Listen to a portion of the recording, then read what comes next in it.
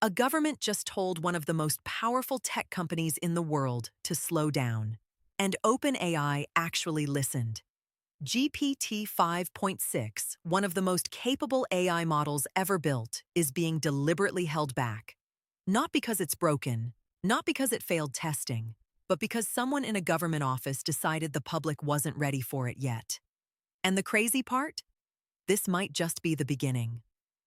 Let's rewind a little and talk about why this even matters.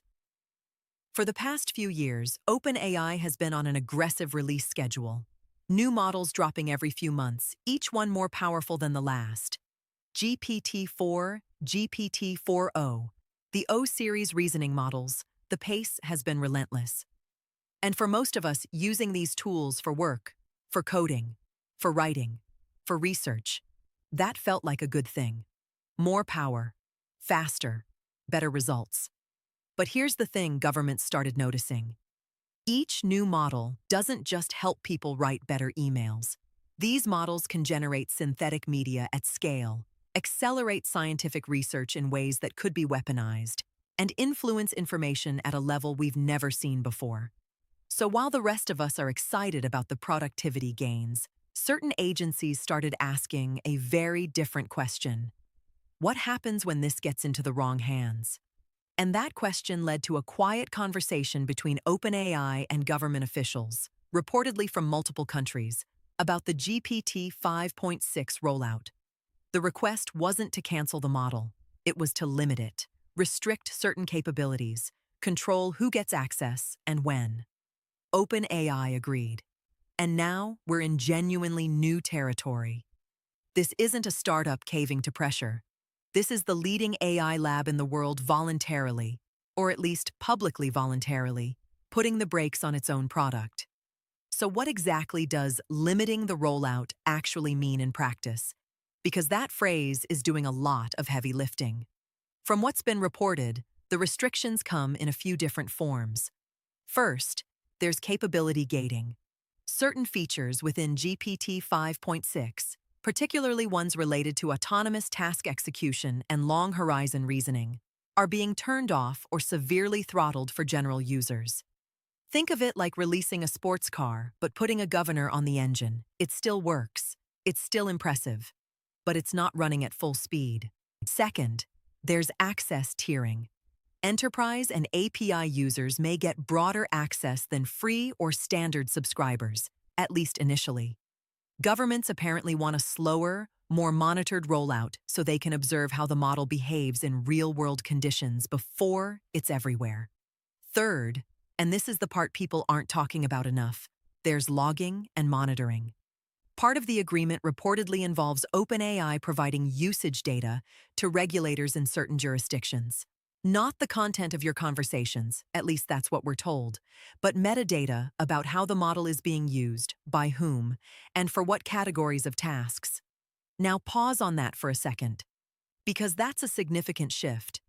AI companies have largely operated in a kind of regulatory gray zone for years. Move fast, ship the product, figure out the rules later. What's happening with GPT 5.6 suggests that gray zone is shrinking fast.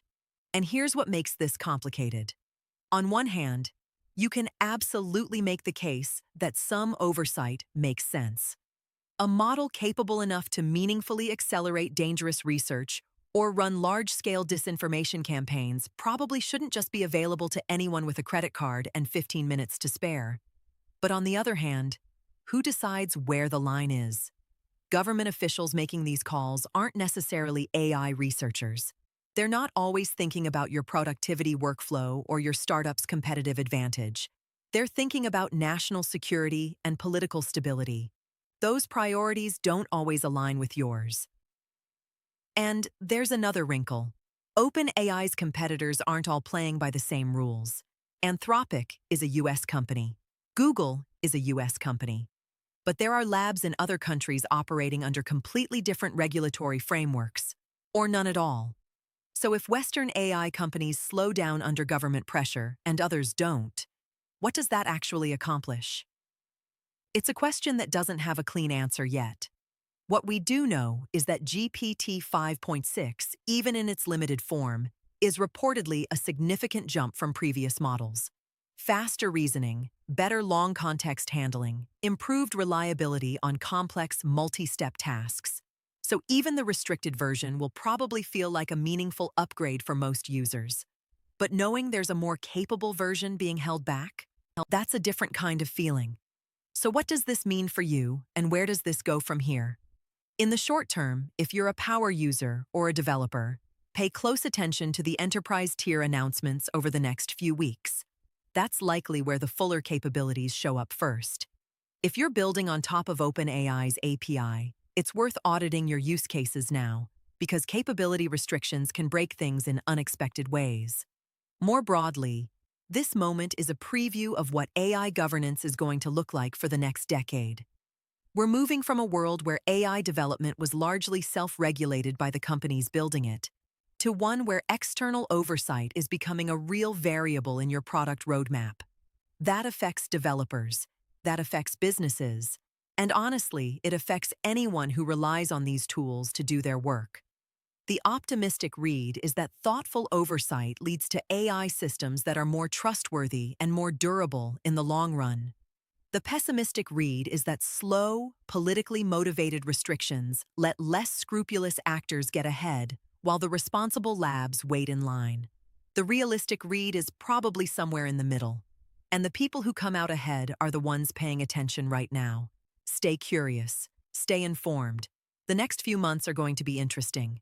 And if you're a YouTube creator yourself, check out CPM Scout at cpmscout.com. It shows you exactly which topics pay the highest CPM so you can make smarter videos.